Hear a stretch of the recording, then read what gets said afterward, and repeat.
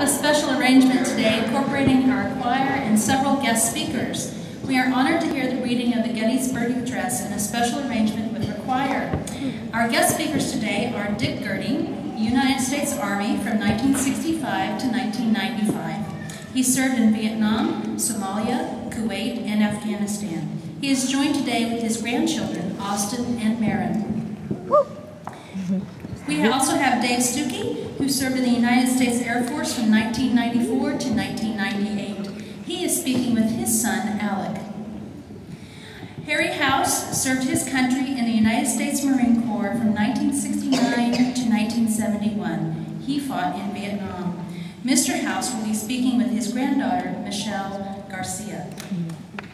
We also have Mr. Rob Schultz, Mrs. Schultz's husband, who served in the United States Marine Corps from 1967 to 1969. He also fought in Vietnam.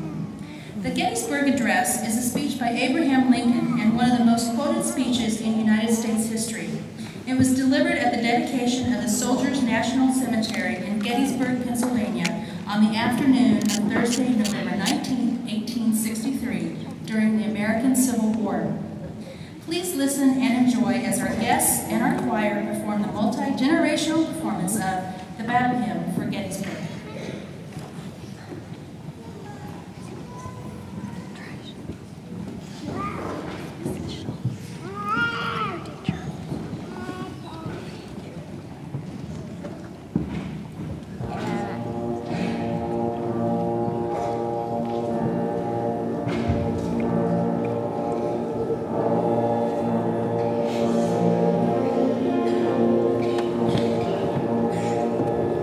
Fourscore-and-7 years ago, our fathers brought forth on this continent a new nation, conceived in liberty and dedicated to the proposition that all men are created.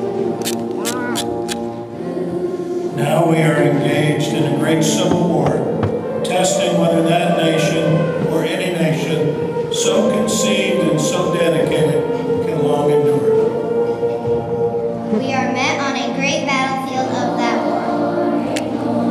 We have come to dedicate a portion of that field as a final resting place for those who here gave their lives that that nation might live.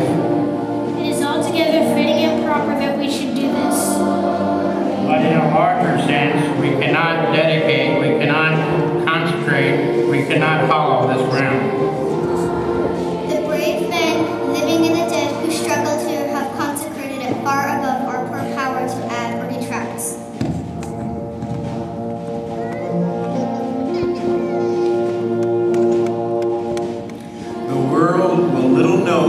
Nor long remember what we say here, when it can never forget what they did here.